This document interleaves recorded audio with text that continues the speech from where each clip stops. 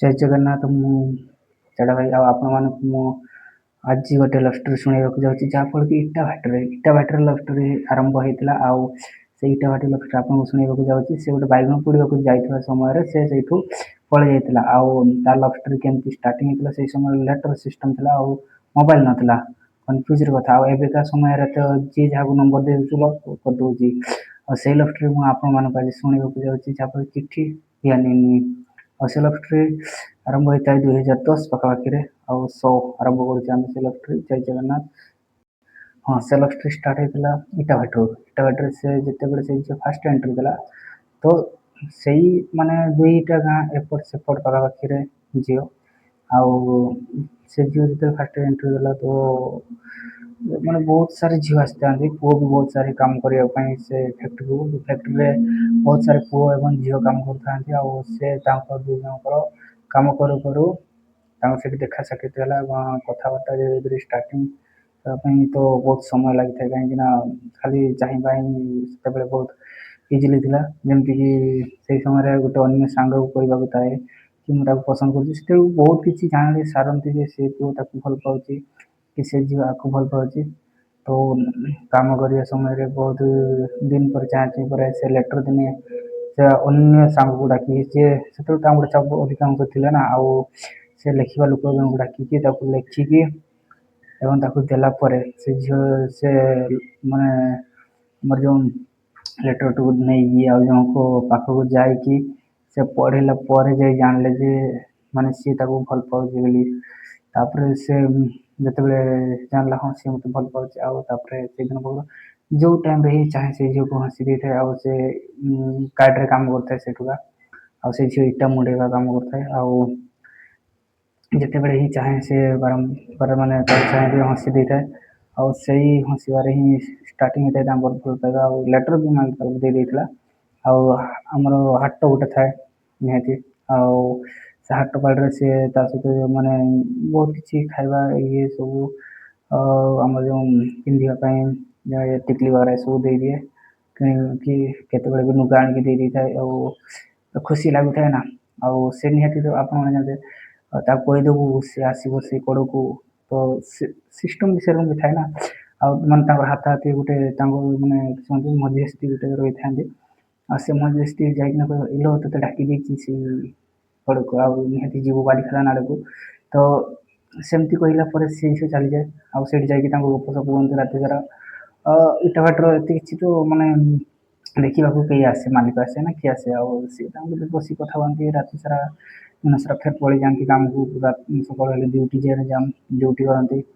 ପୁଣି ସେମିତି ମାନେ ଚାଲିଥାଏ ବହୁତ ଦିନ ପାଖାପାଖି, ସେମିତି ଚାଲିଥାଏ କି 4 ମାସ 5 ମାସ ପାଖାପାଖି ଚାଲିଥାଏ।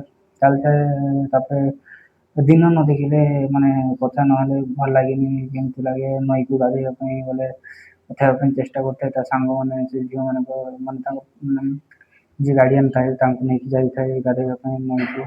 ଏବଂ ଦେଖା ତ ହୁଏ କିନ୍ତୁ କଥା ହେଇପାରନ୍ତି ନାହିଁ। କିନ୍ତୁ ନଈରେ ତ ଡିଆଁ ମରାମରି ସେ ସମୟରେ ଜୁଆନ ବୟସ। ଆଉ ଆଉ ମାନେ ଗାଧୋଇବା ଇଏ କରିବା ଆସିଲେ ବି ଦେଖା ଦେଖି ହୁଏନି, ତ ସେଠୁ ପଳେଇ ଆସନ୍ତି। ତାପରେ ଆସିଲା ପରେ ଆମର କୁହନ୍ତି ମାନେ ସମସ୍ତେ ଚିଡ଼ାନ୍ତି ସେ କିସରେ କଥା ହେଇପାରିଲୁନି, କ'ଣ କିରେ କ'ଣ ହେଇଛି ତୋର। ଆଉ ସେ କିଛି କହିପାରେନି। ତ ମାନେ ବହୁତ କିଛି ଦିନ ବିତିଲା ପରେ କ'ଣ ହେଇଛି ନା, ଦିନେ ତାକୁ କହିଦେଇଛି ମୁଁ ତୋତେ ନେଇକି ପଳେଇମି ଆଉ ମ୍ୟାରେଜ୍ କରିବା ପାଇଁ ଚାହୁଁଛି।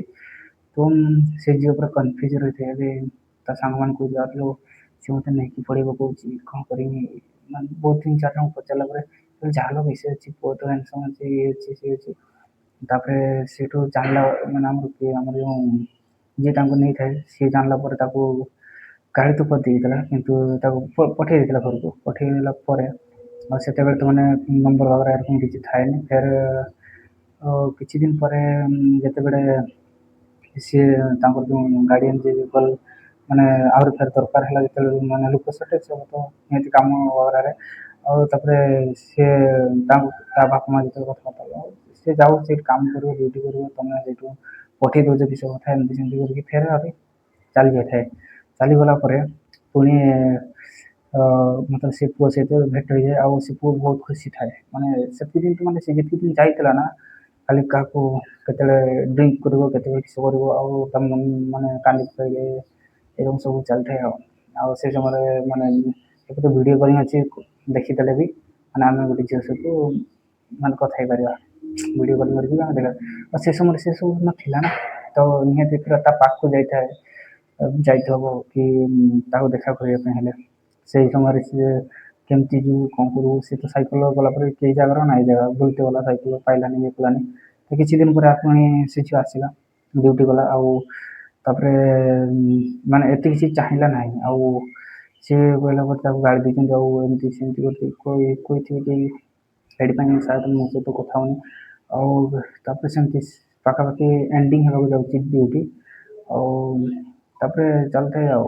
ଏରକମ ତାକୁ ତଥାପି ସିଏ ଡାକି ଦେଇଥାଏ ସେ ତଥାପି ତାକୁ ଟାଇମ୍ ଦେଇଥାଏ କି ଏତିକି ସମୟରେ ମୁଁ ସେଇ ଜାଗାକୁ ପହଞ୍ଚିବି କଥା ହେବା ପାଇଁ ଆଉ କଥା ହୁଅନ୍ତି ରାତି ସାରା କାହିଁକି ଆସିବୁନି କଣ ପାଇଁ ଏତେ ଦିନ କାହିଁକି ରହିଥିଲୁ ସିଏ ଘର ମୋତେ ଗାଳି ଦେବା ହେତୁ ମୁଁ ଯାଇକି ଘରେ ରହିନି ଆଉ ତାପରେ ପୁଣି ପଳେଇ ଆସିଲି ଡ୍ୟୁଟି କରିବା ପାଇଁ ଆଉ ତାପରେ ଆସିଲା ପରେ ସେମିତି ଚାଲିଥିବା ସମୟରେ ଚାଲିଥାଏ ଆଉ ସେ କିଛି ମାସ ଗଲା ପରେ ସିଏ ତାପରେ ତାକୁ ସିଏ ତା ରୁମରୁ ବାହାରିକି ସିଏ ଆସିଯାଏ କୁହନ୍ତି ତାକୁ ଆରେ କୁଆଡ଼େ ଯାଉଛୁ ରେ ତାପରେ ସେମାନେ କହୁଛେ କଣ କରୁ ତରକାରୀ କରିନାହିଁ ଆଉ ସେ ଭାଟାରେ ଗୋଟେ ଆମର ଯୋଉଠି ଇଟା ପୋଳାଯାଏ ସେ ଜାଗାରେ ମାନେ ବହୁତ ସାରା ବାଲି ଟାଇପର ରହିଥାଏ ଯୋଉଟା ଗରମ ରହିଥାଏ ତ ସେଇ ଜାଗାରେ ସେ କହିଲା କି ମୁଁ ଏଇ ଜିନିଷକୁ ପୋଡ଼ିକି ଆସିମି ଆଉ ସେ ପାଖରେ ହିଁ ରହିଥାଏ ସେ ଗୋଟେ ଭାଟାଟା ଆମର ଯୋଉଟା ଇଟା ପୋଡ଼ାଯାଏ ତ ସେ ପାଖରେ ରହିଥାଏ ସେ ପଳେଇ ଯାଇଥାଏ ସେ ପାଖକୁ କିନ୍ତୁ ସେଇଠୁ ସେ ଆଉ ରିଟର୍ନ ଆସିନଥାଏ ଆଉ ତାକୁ ତା ଯେଉଁ